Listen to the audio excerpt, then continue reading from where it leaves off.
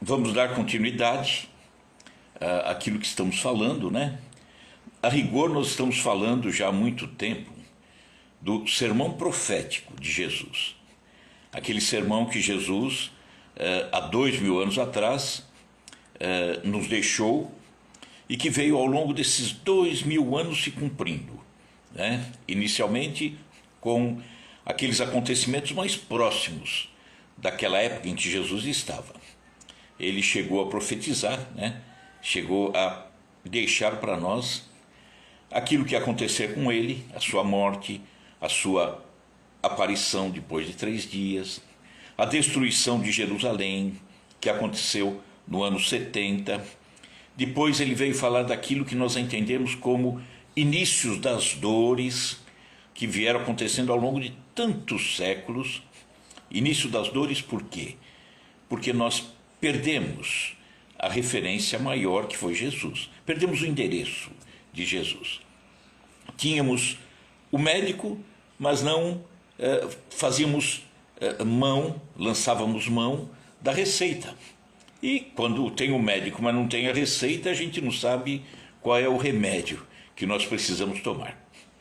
E depois veio as grandes dores, que aí estamos passando hoje, né, nos dias de hoje, dessas grandes dores, essas grandes dificuldades, esses grandes problemas que todos nós nos deparamos.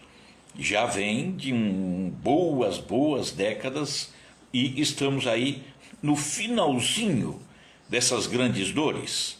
Não porque as dores deixarão de acontecer, deixarão de existir aqueles que provocam as grandes dores. Por quê? Porque nós estamos já numa fase de mudança da Terra. Estamos saindo do mundo de expiação e provas e entrando no mundo de regeneração, onde o filtro será a não reencarnação daqueles que, infelizmente, não estão acompanhando a evolução do planeta, que serão levados a um outro orbe, um mundo primitivo. A Terra já foi um mundo primitivo, nós já fomos espíritos primitivos, e que agora, nessa transição da Terra, chegando no mundo de regeneração, não vai haver espaço para aqueles que vêm e que acabam provocando a confusão, as grandes dores, isso tudo, né? Então, é isso que está acontecendo. E nessa narrativa que estamos fazendo sobre essa mudança, estamos comentando da terceira grande revelação de Deus, que é a doutrina espírita. A primeira, há 3.500 anos atrás, na figura de Moisés, deixou a lei. Depois, há 2.000 anos atrás, na figura do próprio Mestre, que deixou para nós a lei anterior ajustada ao amor. Maravilhoso. E agora, há 160 anos atrás, 165 anos atrás, a terceira grande revelação, doutrina espírita, que junta a lei com amor, mas usando a razão. Esse é o objetivo da doutrina espírita. Então, nós estamos falando sobre, já em lives anteriores, sobre os espíritos, né? Somos nós, espíritos. Então, já tecemos comentários sobre a vida encarnada, que foi na última. Falamos da pluralidade de existências. Isso é que explica muita coisa, para não dizer tudo. Falamos da bagagem anterior, que em razão da multiplicidade de existências, todos nós, sem exceção, carregamos uma bagagem fantástica, de várias e várias encarnações. Evoluímos, e evoluímos muito. Saímos da condição primitiva, aprendemos tanto, e isso está guardado em nós. Quando digo em nós, é espírito. Isso que vocês veem é só uma carcaça que um dia vai embora. Falamos que, quando chegamos aqui, reencarnamos, nós temos o esquecimento do passado, ou seja, esquecimento de tudo que aconteceu conosco ao longo de caminhadas anteriores.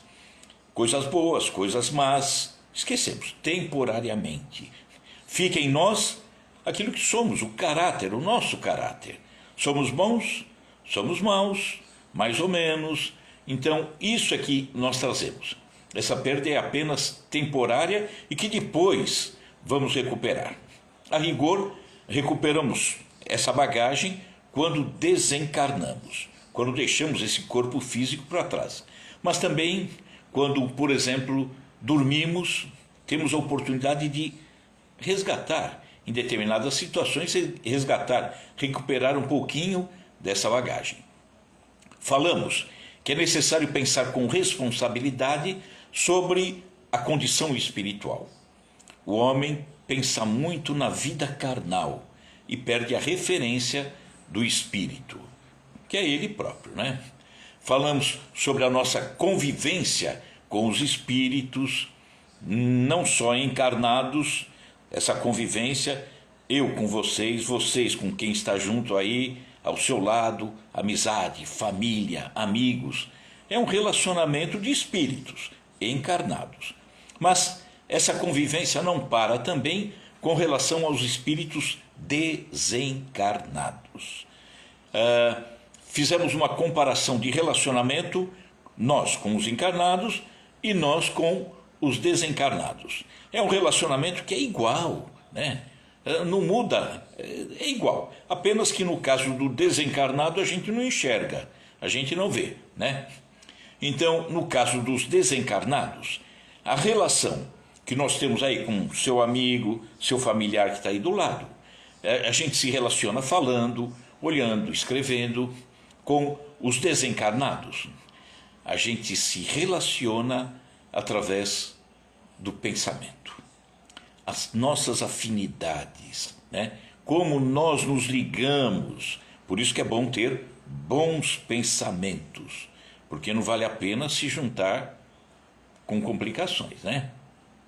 Mas como nós nos relacionamos com os desencarnados através do pensamento, das nossas ações, como nós vivemos, é necessário sabermos avaliar essas ligações. Não vemos, mas temos que nos preocupar com essas ligações, né? Avaliar a condição moral do desencarnado que se aproxima de nós. Ele vai ser a tendência é essa, ele vai ser muito próximo da condição moral nossa. Ninguém é santo e se liga com demônio, ou é demônio e se liga com o santo. Não existe isso. Então temos que nos preocupar com a questão da afinidade em razão da nossa condição moral. Falamos também que os espíritos têm início, nós tivemos início, não teremos mais fim. Falamos que o mundo espiritual é o principal, onde os espíritos convivem. Falamos do mundo material e do mundo espiritual, que são independentes, mas que existe uma grande correlação entre eles. Afinal de contas, o espírito, na condição na qual nos encontramos, ele precisa do campo físico, material, para poder evoluir.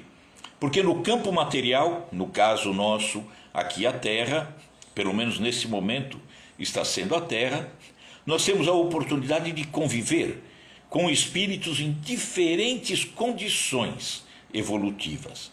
Não estamos muito distantes uns dos outros, não.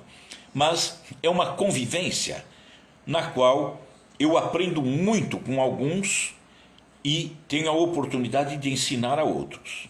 Tenho a oportunidade de ajudar aqueles que estão no degrau inferior e sou ajudado por aqueles que se encontram num degrau um pouco acima, né? Então, existe essa correlação.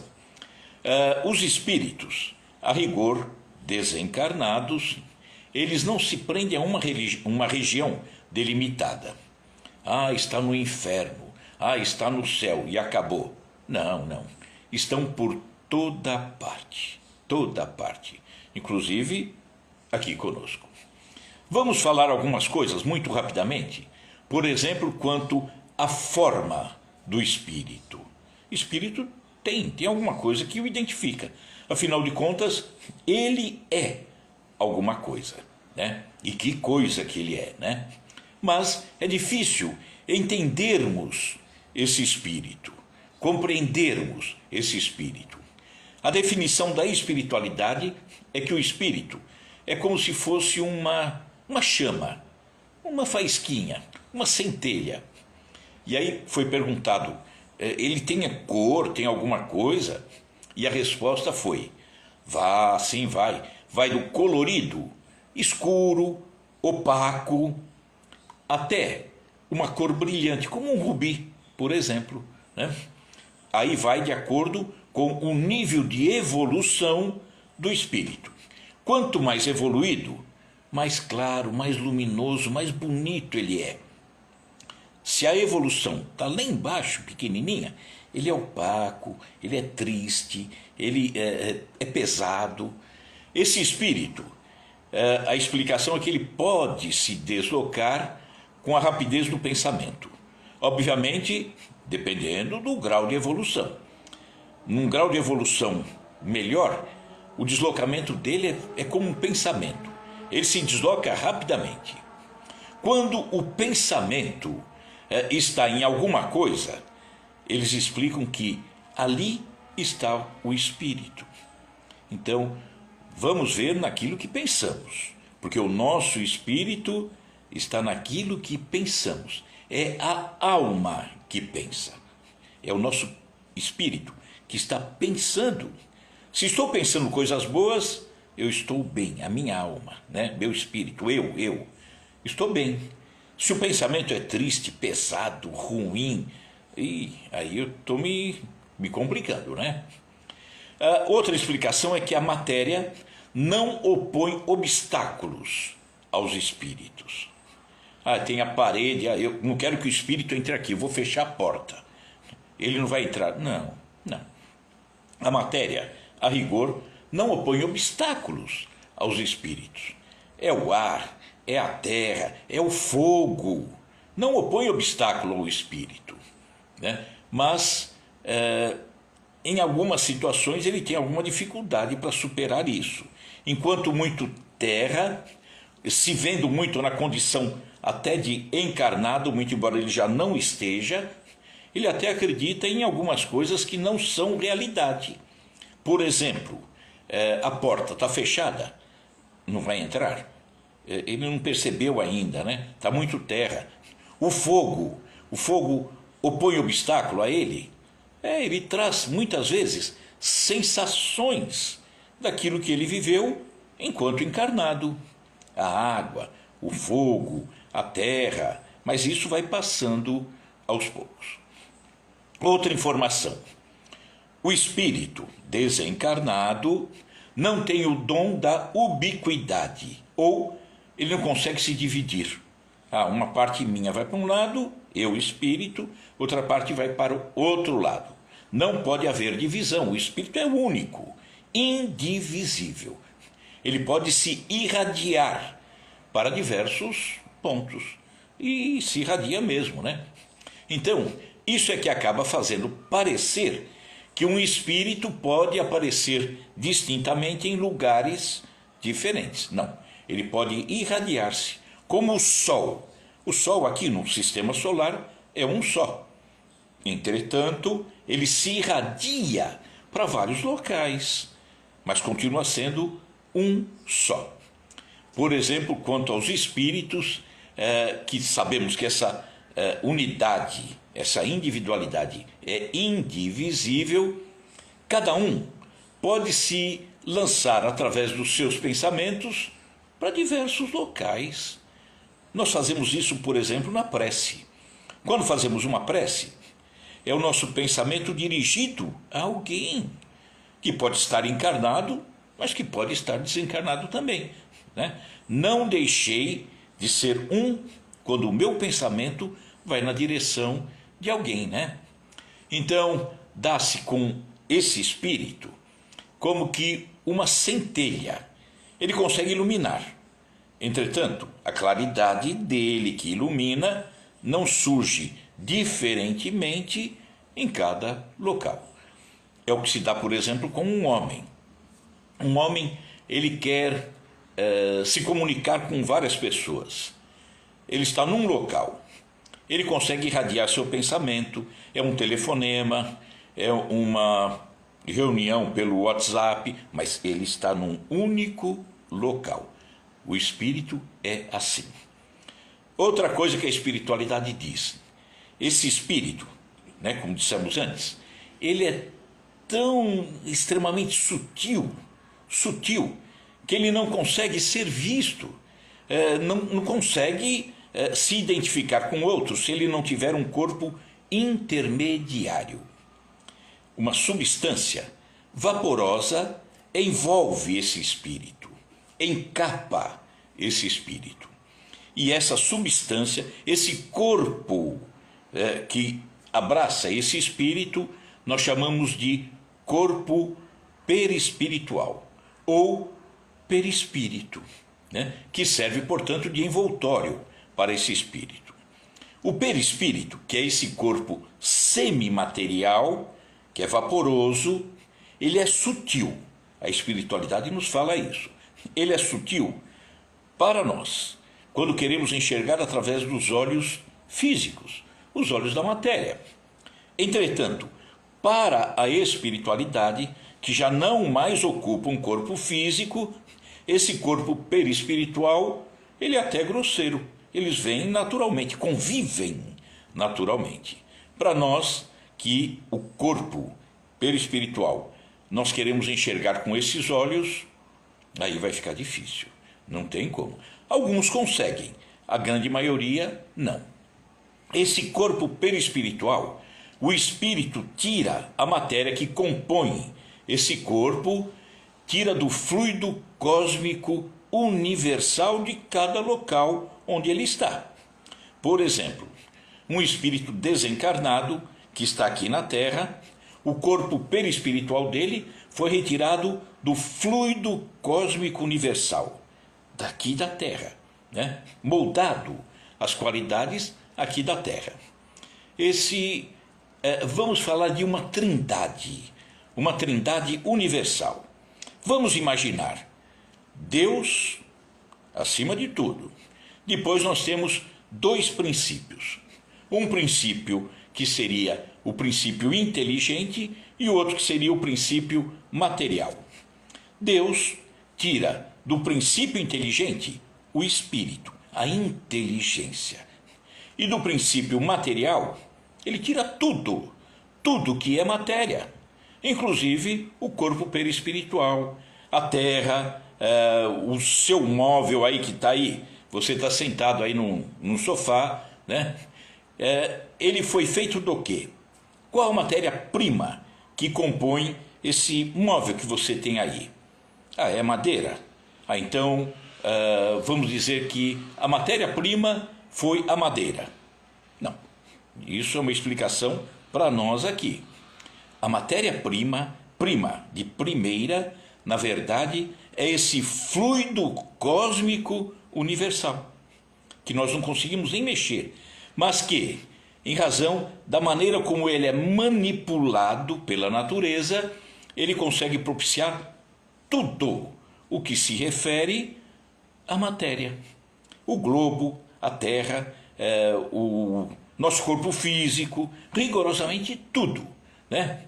O espírito, por exemplo, mais evoluído, que está circulando em vários globos, ele muda esse corpo perispiritual a cada globo ou a cada orbe em que ele se encontra, em cada região que ele se encontra, porque ele vai tirando do fluido cósmico universal de cada local para compor o seu perispírito. O perispírito tem forma, tem a forma que o espírito quiser empregar, dar a ele. Por exemplo, numa aparição, quando a gente diz, muitas pessoas dizem, nossa, em casa eu vi um espírito. Não, a gente não consegue enxergar um espírito. Conseguiu enxergar o perispírito, a casca que envolve um espírito, né? E normalmente ele se manifesta, vamos imaginar, meu pai que partiu, ele quer se apresentar a mim, ele vai usar qual encarnação? Possivelmente a última, por quê? Porque é nessa imagem que eu vou conseguir ver que é meu Pai. Então ele pode dar na aparição a forma que ele julgar conveniente. Então é assim que ele nos aparece em sonho, é assim que ele nos aparece muitas vezes numa situação, num estado de vigília, eu acordado consegui enxergar.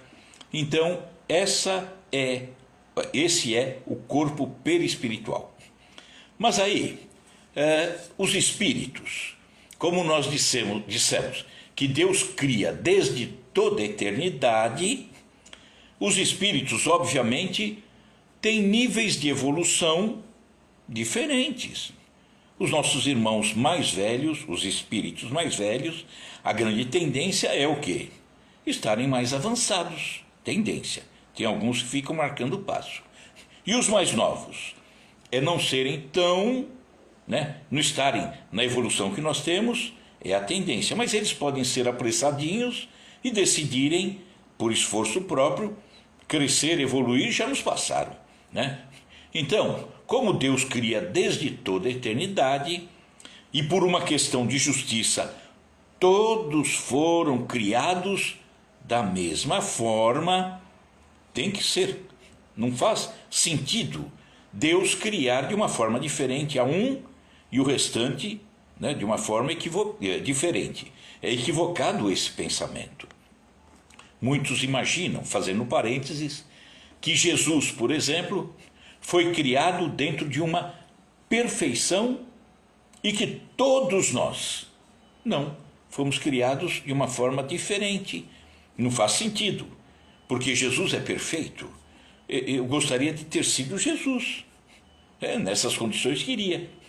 Entretanto, se aceitarmos que Jesus foi criado de uma forma diferente de todos nós, estamos então entendendo que Deus não é justo. Óbvio, criou diferente de uma forma tão bonita, e a todos nós numa condição ainda tão baixa.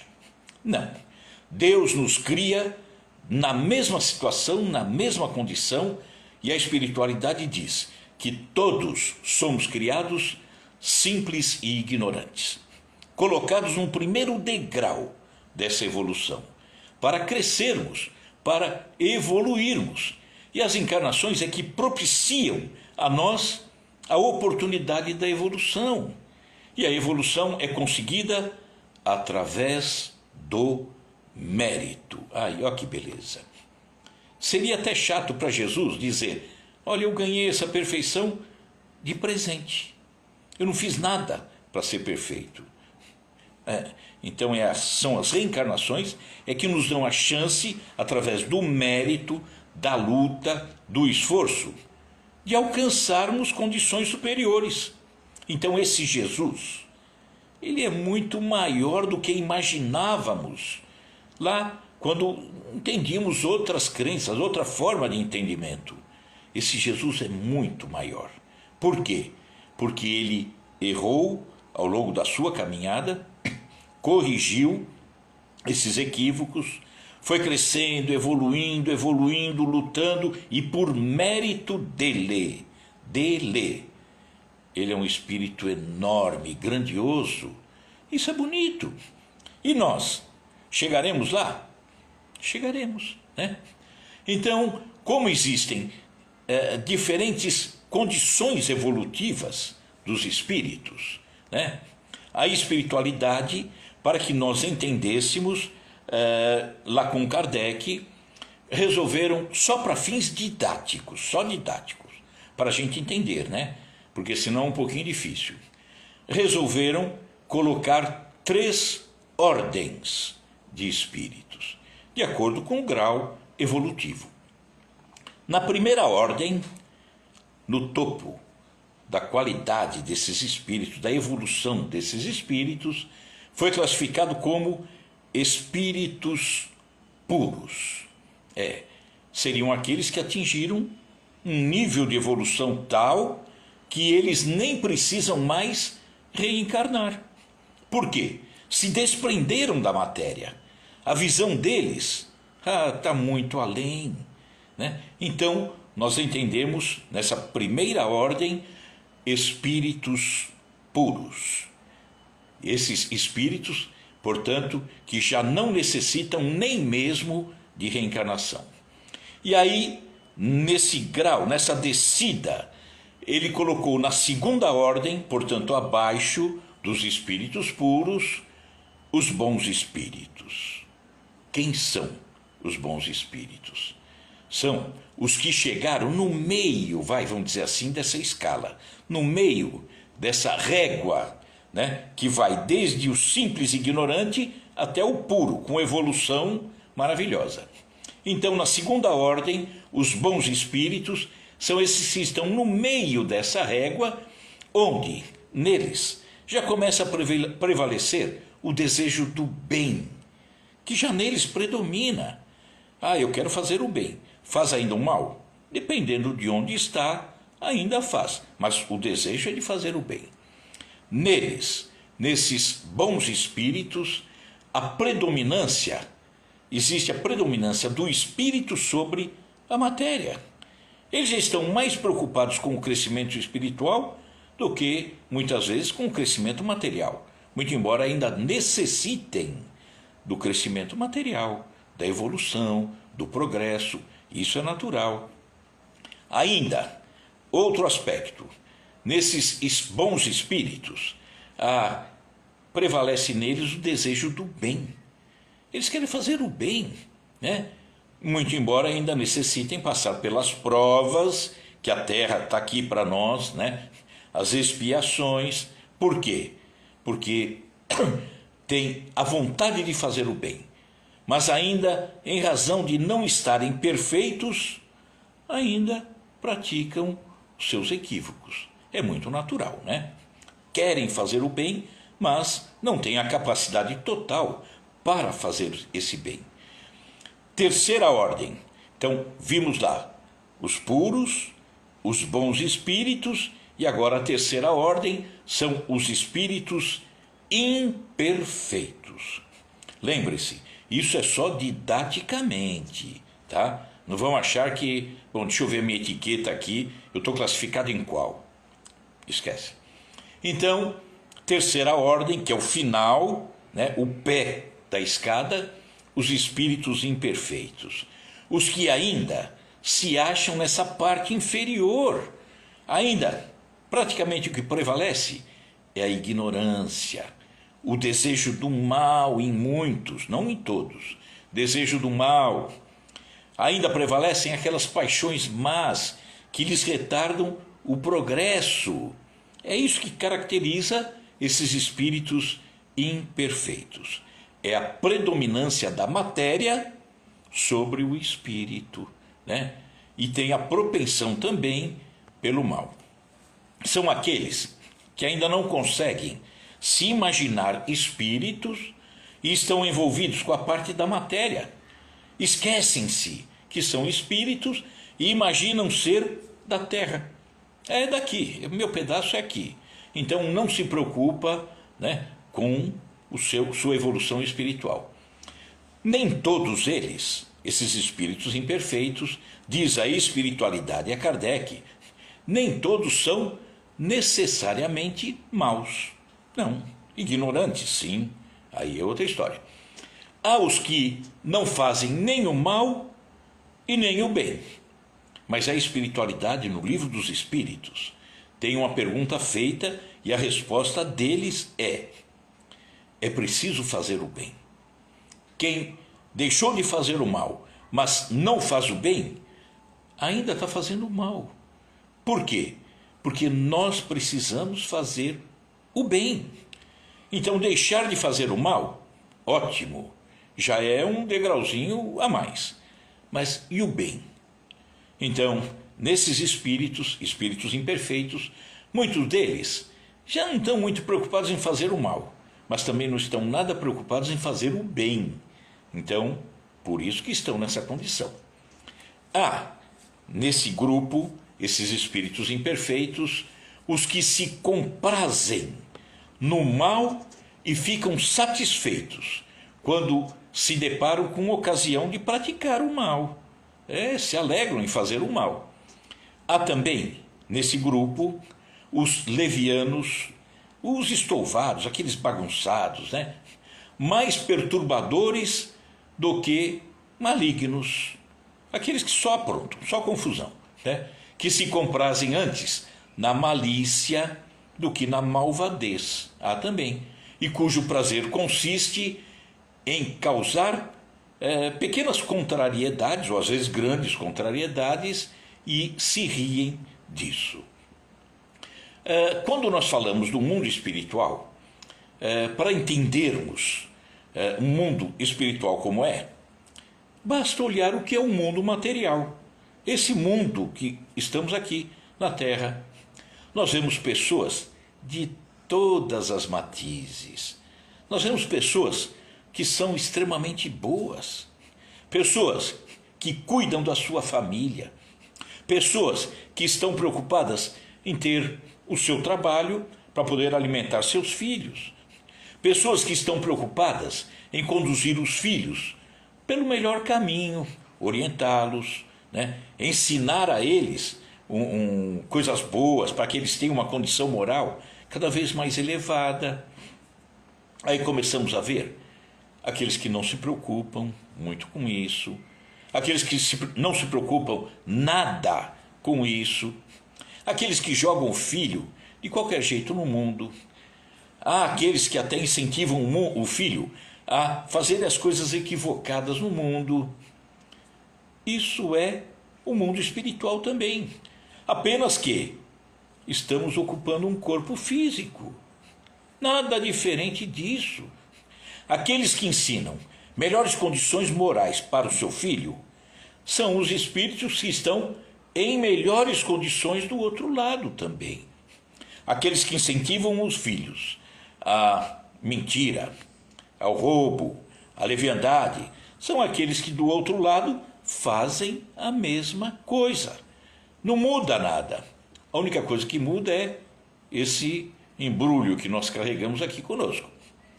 Mas aí muita gente vai dizer, você está falando de ordens de espíritos, aqueles que são puros, aqueles que são bons, a turma da pesada lá embaixo, né? Qual a utilidade prática para nós entendermos isso?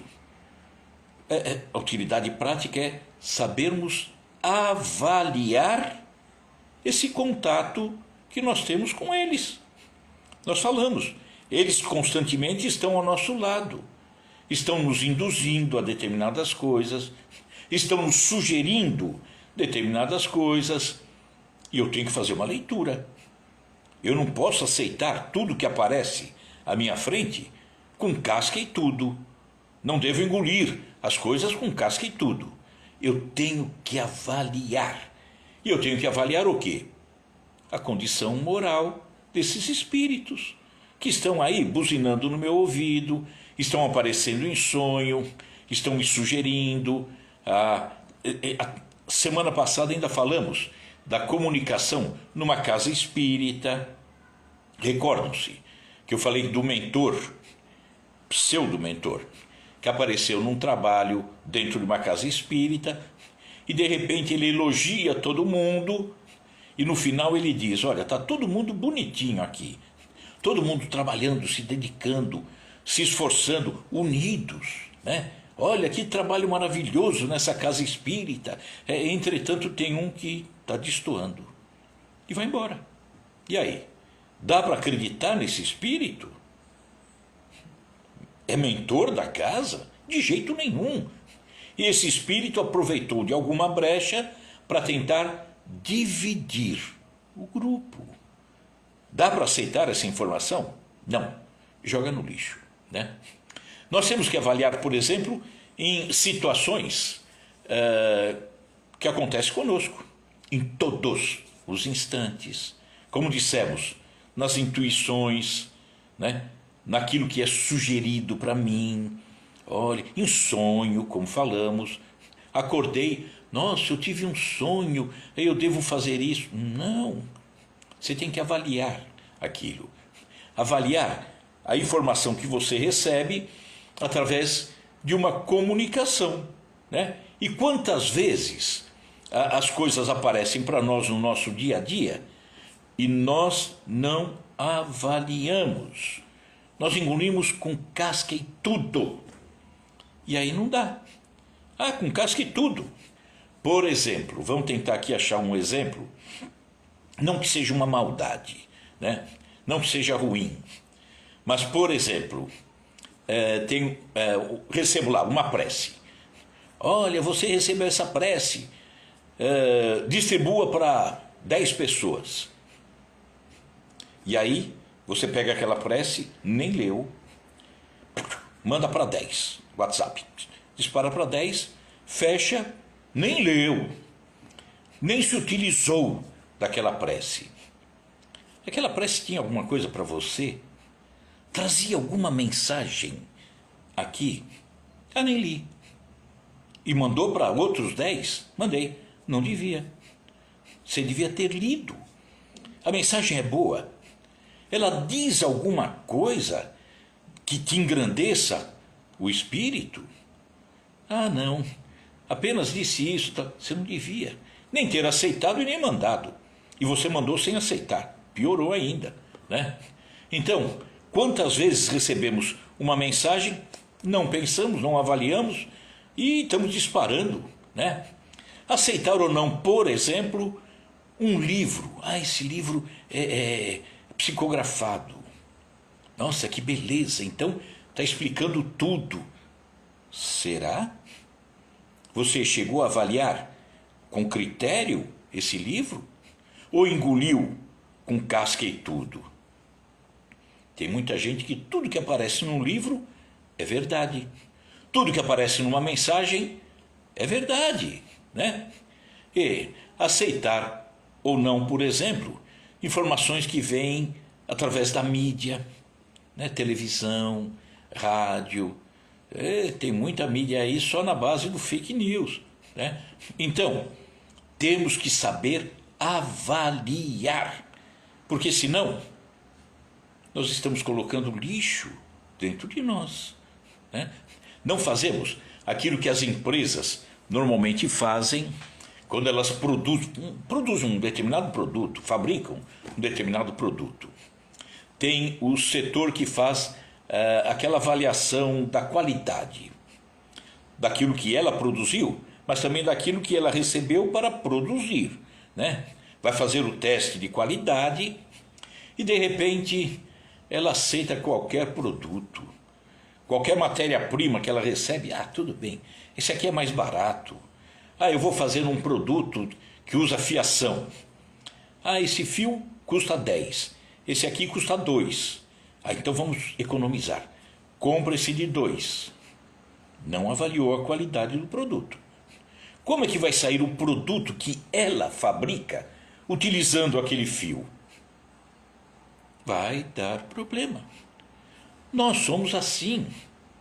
De repente nós começamos a aceitar, sem o menor controle de qualidade, qualquer coisa que é sugerida. E aí nós queremos conversar com as pessoas de uma forma edificante, orientar naquilo que podemos orientar, melhorar a nossa qualidade de vida espiritual. Mas o teu controle de qualidade avaliou aquele produto que chegou antes? Ou você engoliu tudo? Então daí a necessidade de entendermos aquilo que a espiritualidade nos traz, para ver se devemos aceitar ou jogar no lixo. Então, uma consideração que não se deve jamais perder de vista, essa consideração. Entre os espíritos, do mesmo modo que entre os encarnados, né, os homens encarnados, há entre eles os muito ignorantes, os maldosos, né? De maneira que nunca serão demais as cautelas que se tomem contra a tendência a crer que, por serem espíritos, todos eles sabem tudo. Não sabem, não. Sabem de acordo com seu nível de evolução. não é diferente. Como o homem encarnado, né? O grau de superioridade ou de inferioridade está de acordo com o nível do seu crescimento, né? E aí, entram em contato conosco e eu não avalio, né? E eu tenho que avaliar, porque eu tenho que saber qual é o grau de confiança ou de estima ou de desconfiança que eles mereçam. Isso é importante. Ah, mas eu não presto atenção. Precisa prestar. Precisa. Ah, mas eu não entro em contato com os espíritos. Não, mas eles entram em contato com você. A espiritualidade entra em contato com você, como eu disse, através de livros, através de mensagens, através de uma orientação, através da mídia. Está por aí, está sempre entrando em contato. Então, essas diferenças entre o grau de evolução dos espíritos encarnados ou desencarnados explica também as anomalias que as comunicações apresentam, esclarecendo-nos acerca das desigualdades intelectuais e morais dos espíritos também. Não podemos aceitar lixo. Lixo veio, joga fora, descarta. Coisas boas, analisa bem, serve, é boa. Aí aceita, né? Então, vamos voltar às qualidades morais dos espíritos para avaliarmos as suas comunicações e as suas interferências em nossa vida, tá? Só que para avaliarmos isso, vamos começar. Nós falamos espíritos puros, bons espíritos e espíritos imperfeitos. Começamos do topo, fomos para baixo. Agora vamos começar pensando de baixo, indo para a direção do topo. Espíritos imperfeitos, bons espíritos e espíritos puros, né? Então, os espíritos imperfeitos são aqueles que a matéria predomina sobre o espírito, que muitas vezes eles nem sabem, nem se tocam que são espíritos. São aqueles que normalmente têm uma propensão ao mal, não que façam todos eles o mal. No meio deles sempre a ignorância, o orgulho, o egoísmo, as paixões mais baixas. Muitos têm até a intuição de Deus, mas também não o compreendem, né? Nem todos são, como dissemos, exatamente maus. Em alguns há mais leviandade, irreflexão, malícia do que verdadeiramente a maldade, né? Uns, como dissemos, não fazem nem o bem nem o mal, mas quando não faz o mal, ótimo, mas não faz o bem, já está fazendo o mal. E o não fazer o bem também já denota a inferioridade do espírito. Estão restritos a conhecimentos das coisas do mundo espírita, esses que estão aqui, né, do mundo espírita, e o pouco que sabem se confunde com as ideias e preconceitos da vida corporal. Misturam tudo, faz uma salada só. Não, portanto, não nos podem dar mais do que noções errôneas e incompletas de tudo, né? Encarnado vem confusão e desencarnado também vem aquilo que eles lembram, conhecem, misturando muito com aquilo que eles viveram. Na linguagem desses espíritos impuros, vem muita coisa que revela o seu caráter. É muita confusão. É pela linguagem. Eles não conseguem ter uma linguagem bem elaborada, porque eles não são bem elaborados espiritualmente falando, né? Todo espírito que em suas comunicações traz um mau pensamento pode ser classificado nessa terceira ordem: espírito impuro. Quem é bom espírito, perfeito então nem se fala, bom espírito, ele não vai sugerir coisas ruins. Ele não se alegra com a sugestão de coisas ruins. Então, se somos levados a crer em uma orientação que traz uma sugestão má, é dos espíritos impuros. Não tem a menor dúvida disso, né? Então, todo mau pensamento que nos é sugerido vem de um espírito dessa ordem. Eles, espíritos impuros, veem a felicidade dos bons, e esse espetáculo, para eles, é um tormento. Nossa, ele é feliz, ele se relaciona bem com as pessoas, isso é um tormento para eles, porque os faz experimentar todas as angústias provocadas pela inveja, pelo ciúme. Nossa, ele é tão feliz e eu... Ele até tem ideia da sua infelicidade, mas não consegue conter a inveja olhando a felicidade do outro. Ciúme, inveja. Conservam, esses espíritos impuros, a lembrança e a percepção dos sofrimentos aqui da vida corpórea.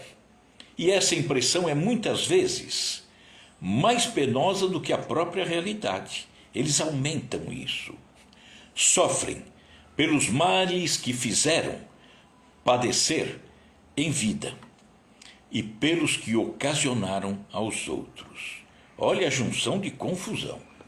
E como eles, espíritos impuros, sofrem por longo tempo, porque ficam mastigando. Eles olham os outros felizes e mastigam a sua infelicidade e não conseguem sair porque se fixam nessa ideia. Eles julgam que sofrerão para sempre. O que nos faz pensar isso? Sofrerão para sempre. Nas comunicações espirituais, eles estão no inferno, sofrendo para sempre. Mas não é sofrer para sempre. O espírito sempre vai evoluir. Então, esses espíritos sairão dessa condição em algum momento, só depende deles. Mas como o sofrer também cansa, em algum momento lá na frente, vão se cansar e vão procurar a saída. E aí vão melhorar. Nesse grupo de espíritos imperfeitos, é classificado tudo didaticamente, não existe um limite, né, uma fronteira entre um e outro. Isso é um crescimento ininterrupto, desde a condição de simples ignorante até a perfeição. Então, nesses espíritos impuros, foi dividido na época por Kardec, orientado pela espiritualidade, foram divididas 5 classes. 1. Os impuros mesmos. É ignorância, é maldade. Depois os levianos, que muitas vezes é só zombeteiro, né, irresponsáveis. Depois, os pseudo-sábios, aqueles que acreditam saber mais do que sabem. E aí derrapam, né? Mais do que sabem. Depois, os neutros, aqueles que não fazem nem o mal, nem o bem, caminham de qualquer jeito, vai fazendo uma comparação com a vida aqui na Terra. E também uma última classe que seriam os batedores, os perturbadores, que não formam exatamente uma classe, mas que todos eles, na imperfeição, se utilizam para fazer barulho, aparições, né? E criar dificuldade, criar caso.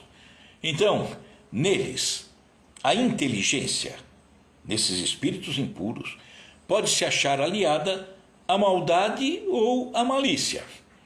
Alguns se comprazem no mal e se rejubilam quando conseguem praticar esse mal. Bom, ainda dentro dessa classe, né, dessa ordem, que seriam os espíritos imperfeitos, vamos pensar numa figura que vem logo à nossa mente. Praticar o mal, fazer a maldade, se alegrar com o mal dos outros, inferno, sofrer de forma ininterrupta por todos sempre. Então vamos pensar numa figura do demônio, Satanás, né? Que hoje, ainda muitos, século XXI, muitos ainda acreditam que exista realmente o Satanás, né, o demônio, como uma criação específica de Deus, Deus tendo criado esse ser, Satanás, demônio, para fazer o mal, assim como teria feito o anjo para fazer o bem, né? Aquela doutrina dos anjos e demônios. É incrível que o homem, nos dias de hoje, ainda imagine isso. Um ser criado para fazer o mal indefinidamente, né? E que as religiões, algumas, né, valorizam muitas vezes mais o demônio do que o próprio Deus. Falam muito mais, dá muito mais ibope falar em demônio e esquecem falar de Deus, né? Vamos lembrar, não vai dar tempo da gente falar sobre o demônio, uma explicação exata sobre o que é demônio, porque a palavra demônio não significa um ser voltado para o mal, não significa. No moderno entendimento, esse moderno também já tem séculos, é que se levou a esse entendimento, mas não é. Nós vamos ver, por exemplo, no caso da tentação de Jesus.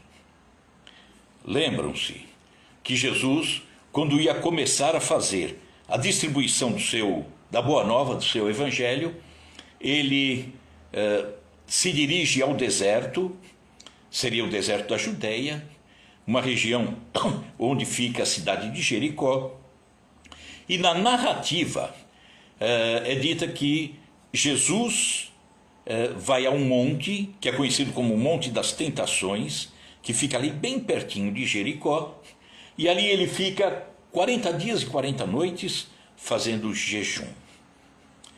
E olha a narrativa, né? Isso, óbvio, o homem que escreveu, dentro de um entendimento da época, algumas coisas que foram escritas de acordo com aquilo que ele entendeu, né? Todo respeito, mas tem algumas coisas que não dá. Jesus ficou 40 dias no Monte das Tentações, fazendo jejum. No final dos 40 dias ele teve fome. 40 dias ele teve fome. Jesus, encarnado como nós, esse corpo, que precisava se alimentar, fazer tudo. Ao final dos 40 dias, ele teve fome. Ainda bem que teve fome, né? E aí aparece o demônio. E o demônio diz: aí Jesus, peça para o teu pai para transformar essa pedra em pão. Estava tentando Jesus. Transformar essa pedra em pão. E Jesus diz: olha, nem só de pão vive o homem, rechaçando essa ideia do maligno, do demônio, como acreditam, né? O demônio fisicamente é ali. Aí o demônio leva Jesus a um topo, um pináculo do templo lá em Jerusalém. O demônio levando Jesus. Chega lá no pináculo, ele fala: Jesus, se atira daí para baixo, é um local alto, um ponto alto, e peça ao seu pai que ele vai salvá-lo. Jesus diz: não tente o Senhor Deus. E aí ele leva para o monte, local alto também, e diz a Jesus: se você se reverenciar diante de mim, eu te darei todo esse reino. Todo esse reino será teu, Jesus. Bom, era o demônio oferecendo a Jesus um reino que não era dele. Esquisito. E Jesus rechaça aquela ideia, óbvio. Então, era um demônio tentando Jesus, oferecendo a Jesus um reino que não era dele, o reino é de Deus. E se tinha alguém que tinha interferência naquele reino, era Jesus, não o, entre aspas, demônio, que rechaça. E aí a gente não para pensar. O demônio é trevas, né? Segundo o entendimento comum. O demônio é treva. E Jesus é o quê? É luz. A treva se aproximando da luz já é estranho. A treva tentando a luz é muito mais estranho. E a luz, Jesus, se dobrar à exigência da treva é impossível. mas está lá, está relatado. Então, essa figura do demônio não existe, né? Demônio, na verdade, é uma palavra derivada de uma palavra grega, que é daimon. Daimon significa gênio, o espírito, uma inteligência, e se aplicava, lá no passado, aos seres incorpóreos de um modo geral, bons ou maus, não importa. Um ser incorpóreo, eles davam o nome de daimon, que depois foi derivado para demônio. Então, demônio não implica a ideia de espírito mau, né? Apenas no entendimento moderno. No entendimento moderno se estendeu a palavra demônio, seres essencialmente voltados para o mal, malfazejos, né? E aí nós vamos pensar um pouquinho nisso, a necessidade que temos de entender o lado espiritual. Ah, mas eu estou aqui encarnado. Mas você é espírito também. E eles lá também entram em contato com você. Então você precisa entender isso, né? E aí, descartando coisas equivocadas que fomos engolindo com casca e tudo ao longo do tempo. Deus criou o mal? Não, jamais, jamais. Então nós vamos pensar um pouquinho sobre isso e vamos prosseguir nesse entendimento. É necessário entender? É. Senão a gente fica chupando bala com papel, né? Comendo com casca e tudo, aceitando sugestões que vêm do outro lado, achando que tudo é bom. Ah, é desencarnado? Ele sabe de tudo. Sabe nada, ele sabe aquilo que ele sabe, né? Então nós temos que aprender a raciocinar dessa forma. Nós fazemos com o espírito, assim como fazemos com a pessoa que desencarna aqui. Nós vamos lá no velório e a gente diz: nossa, ele era tão bom. E a gente sabe que não era tão bom. Mas é tão bom, agora morreu, virou bom. Então, vamos começar a raciocinar para não aceitar de forma equivocada sugestões que não são boas para nós e que vai nos desviar do caminho. Vamos então, agradecendo a todos que estão aí, né? Tandinha, Luciana, Gisele, Benfica, Marcos Giabani, tudo bom, Marcos? Solange, tantos outros aí, tá? Vamos então encerrando, fechando os nossos olhos e pensando em Jesus. Jesus que nos trouxe essas informações, essas orientações e que continua nos trazendo para que todos nós tenhamos olhos de ver, ouvidos de ouvir, porque muitas vezes não nos preocupamos com isso. E isso é fundamental para o nosso crescimento espiritual. Em todos os momentos, ter olhos de ver e ouvidos de ouvir. Que assim seja, graças a Deus. Grande abraço, pessoal, Lulinda Cruz, seu Laércio, né? Grande abraço a todos vocês. Obrigado pela paciência. Semana que vem a gente continua, tá? Mas vamos pensando nisso aí, avaliando como que eu lido com aquilo que eu leio, aquilo que eu vejo, aquilo que eu ouço. Tudo isso é muito importante para a gente não engolir gato por lebre. Grande abraço, pessoal. Obrigado pela paciência, tá? Até a semana que vem. Muito obrigado.